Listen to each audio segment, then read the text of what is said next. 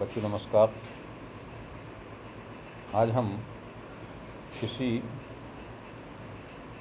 द्रव में गैस की विलेयता पर गैस के दाब के प्रभाव का अध्ययन करेंगे।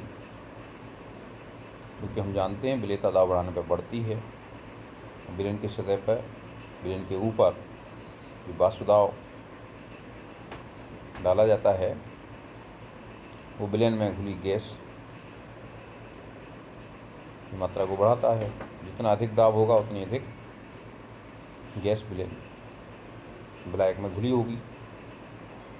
तो इस तरह से जब दाब बढ़ता है तो वाष्प के कण अधिक होते हैं, उनको संतुलित करने के लिए गैस की अधिक मात्रा द्रव में घुल जाती है। और जब दाब कम होता है तो इस साम्य को स्थापित करने के लिए द्रव में घुले हुए गैस के कण मुक्त होकर के बाहर आ जाती है। मान लीजिए यहाँ पे कुछ कण ऊपर हैं गैस के और कुछ कण इसमें घुले हुए अंदर हैं। तो ये दोनों में एक साम्य अवस्था उत्पन्न हो जाती है और ये दाब को स्थिर रखना चाहते हैं। जैसे ही हम इसमें बाह्य दाब बढ़ाते हैं, यानी हमने गैस भर दी या हमने कोई इसमें प्रेशर बढ़ा दिया, तो जैसे हम इसमें प्रेशर बढ़ाएंगे,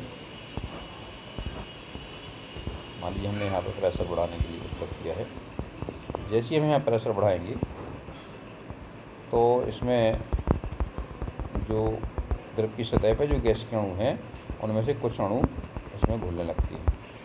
और जैसे ही प्रेशर रिलीज करेंगे, यानी इसका वजन कम करेंगे, आयतन बढ़ जाएगा, तो यहाँ पे गैस के अणु द्रव में से निकल करके बाहर आने लगेंगे। इन दोनों प्रोसेस में एक साम्यावस्था स्थापित हो जाती है और इसके लिए हेनरी ने इसका अध्ययन किया और एक नियम दिया, उसको हेनरी का नियम कहते हैं।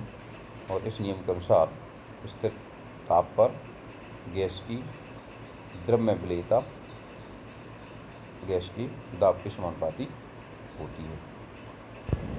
अर्थात स्थिर ताप पर किसी विलायक के निश्चित आयतन में विलेय गैस का द्रव्यमान गैस की दाब के समानुपाती होता है, जिसके साथ वह विलायक साम्यावस्था में है।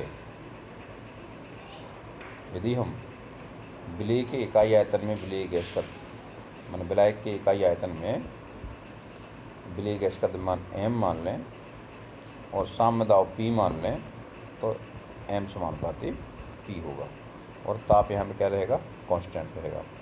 तो m बराबर Kp, यहाँ पे K एक स्थिरांक है।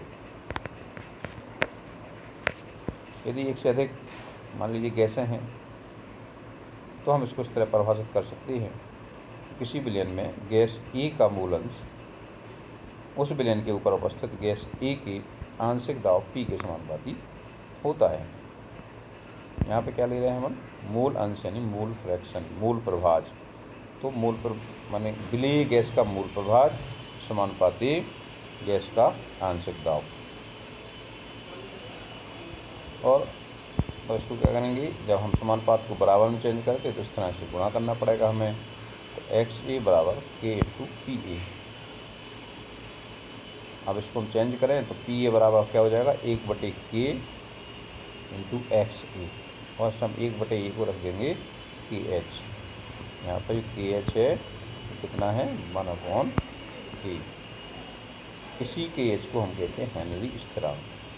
PA बराबर KH इंटू XA।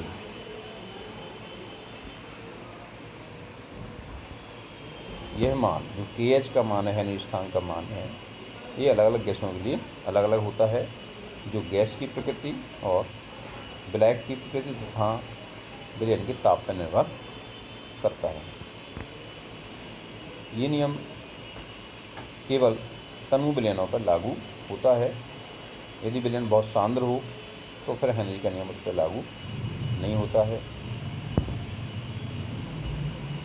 दूसरी सीमा यह है इसकी कि उच्च ताप और निम्न दाब पर ही आदर्श गैस के जैसा व्यवहार करता है, तभी ये हेनरी का नियम लागू होता है। तीसरी सीमा है, गैस की विलयन के साथ क्रिया नहीं होना चाहिए, ना तो इनका वियोजन होना चाहिए और ना ही संगुणन होना चाहिए। यदि संगुणन या वियोजन हो जाता है तो फिर ये हेनरी का नियम यहाँ लागू नहीं हो पाता है। अब हम इसके कुछ अनुप्रयोग एंड एप्लीकेशंस देखेंगे।